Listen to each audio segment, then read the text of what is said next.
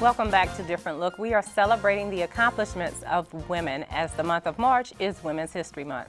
One of the most competitive industries is medicine. For Dr. Nia Banks, getting through medical school was the beginning of a long road to independence. Here's a look at some of her work. Facelifts are very popular with men and women. Learning the craft and becoming one of the most talented and popular plastic surgeons takes more than most people can imagine. In studio with us is Dr. Nia Banks. Kind of walk us through. Welcome to the show. Tell us what it's like being a plastic surgeon. Oh, thanks for having me, first of all. No problem. Most of the time it's a lot of fun. It's an industry, as you can imagine, that is mostly about people being happy, making women happy, making men happy, making them happier. We can't make you happy, we can make you happier. So most of the time it's a lot of fun. It's a great variety of procedures. I enjoy the variety. I enjoy working with men and women, and I enjoy empowering women. So most of the time it's fun. The business side can be a challenge.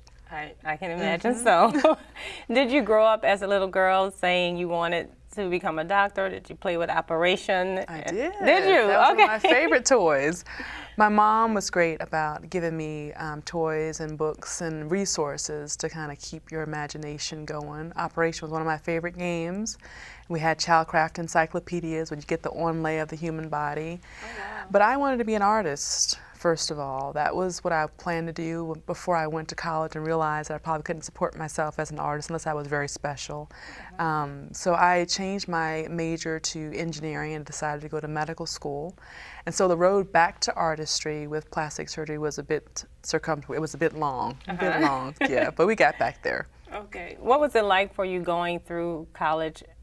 Because I hear a lot of horror stories from people who are in medical school. And what was it like for you finding that support group? Because everybody needs a support group to move through college in a sense, especially studying medicine.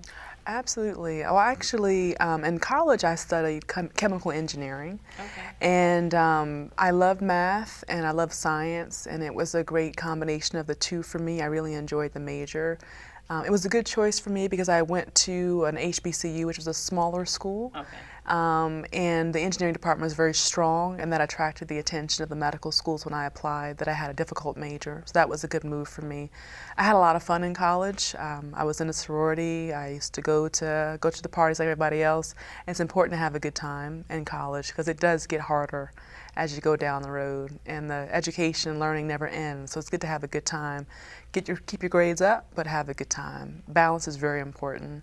In medical school, I went to Hopkins, and one of the reasons I chose Hopkins when I was deciding between, in the end, it was Hopkins and another school, I probably shouldn't say it, but in the end, it was choosing a school that I thought I would have a good support system, where there was a critical mass of African American students in the medical school, and where it was an environment in a neighborhood and a community that welcomed us and who could benefit from us being there as medical students. And as you can imagine, East Baltimore is a community that really benefits from having African American medical students in the community. So that worked out well. And of course, family is always there.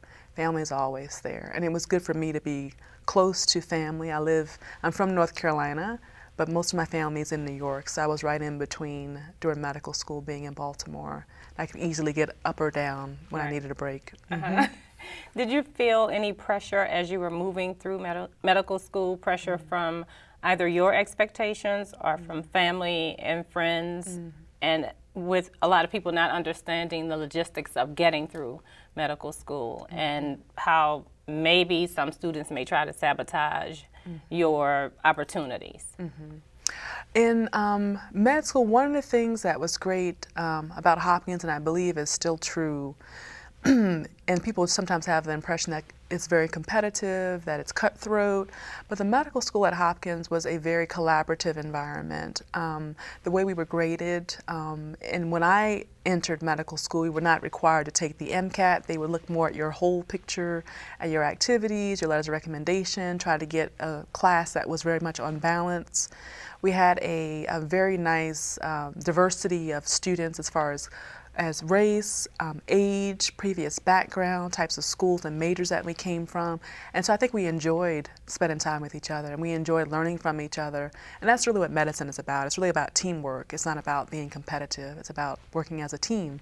So that wasn't a problem. My family members often ask me, and still do, are you still in school? When are you going to finish? Well, you did so say there's more pressure, never right? ends. It never ends. So there's more pressure from the family side. When are you going to finish? When is this going to be done? But it's a long process, and we never really stop. I got an MD and a PhD, and then I did residency, and then I did fellowship, and so I seemed like I was constantly in school. And I'm still in school. I'm still learning. When did you decide becoming a plastic surgeon is where you wanted to channel your interest and energy? I got some challenge when I made that decision, actually, because my PhD is in immunology, and the natural combination would have been maybe internal medicine or infectious disease or even transplant surgery. But I decided on plastic surgery close to the middle of the MD PhD program because I really did enjoy art and I missed it. And I enjoyed the variety of plastic surgery. There's procedures from head to toe. Some are cosmetic, some are reconstructive, and I enjoyed being able to do a little bit of both. And as you were going through, what sort of lessons did you learn about yourself and that industry? That I'm more vain than I thought I was. That's probably one of the biggest things I learned when I was towards the end of my training. I was very ambivalent about cosmetic surgery when I started my training. I was more the reconstructive side. I was going to do craniofacial, head and neck reconstruction, trauma surgery, post-traumatic reconstruction. But it's something very special about working with women who are doing something for themselves, and sometimes it's for the first time. And it's wonderful to work with them. They're more of a partner than a patient. They're excited about what they're having done. It makes me excited. They're happy afterwards. If we've got the expectations right in the beginning, they're happy afterwards. It changes how they feel about themselves, appropriately so, not inappropriately so. It gives us a little self-esteem boost, which is so important when we go out into the world, especially the working world. It's important to have that self-esteem. So sometimes how you look is so important when you open the door, when you meet someone for the first time, you're in an interview, meeting a client. It's important, and it's valid. It's a valid concern. And it's also important, I'm sure, for you not to be the last one. Do you work with any nonprofits in the county to kind of encourage young girls to pursue maybe not plastic surgery, but medicine in general? I do. I'm a Delta, so I work with Delta Sigma Theta within the sorority to do mentoring. We also have a program called the Sisters Network, which is a support group for African American women who've been diagnosed with breast cancer. About half my practice is breast reconstruction, and that keeps a nice balance between what seems like vanity and what's necessity, and both are necessary. But we do about half breast reconstruction, so we spend a lot of time talking to breast cancer groups and spending time with our breast cancer patients. All right, thank you so much. You're Thank very you for your welcome. time. That's all the time we have for today's segment, and thank you for watching. Be sure to send your story ideas to us right here at CTV.